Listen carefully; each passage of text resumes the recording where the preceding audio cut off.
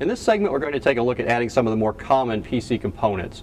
Usually those are NIC cards, network interface cards, as well as memory. We're going to use a network interface card to begin with.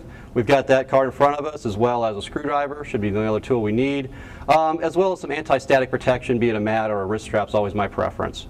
We've got an older machine here. We're going to undo the single thumb screw on the back, pull that out, get rid of the cover, lay this down, and get to work on it.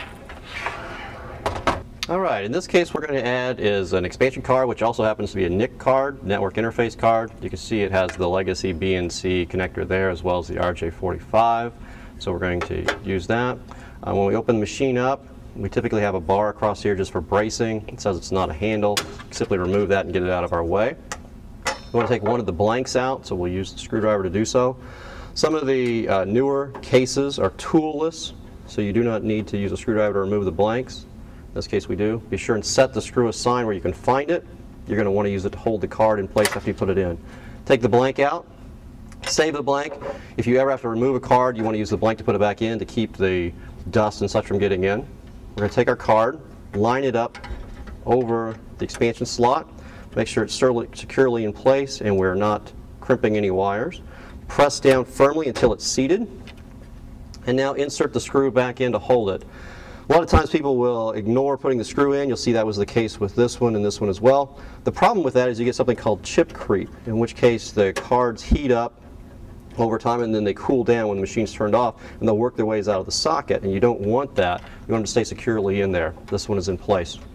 The other component commonly added, we mentioned, was memory. Memory is right here. It's usually inserted either a slight angle or a 90-degree angle. This is straight up 90-degree angle here.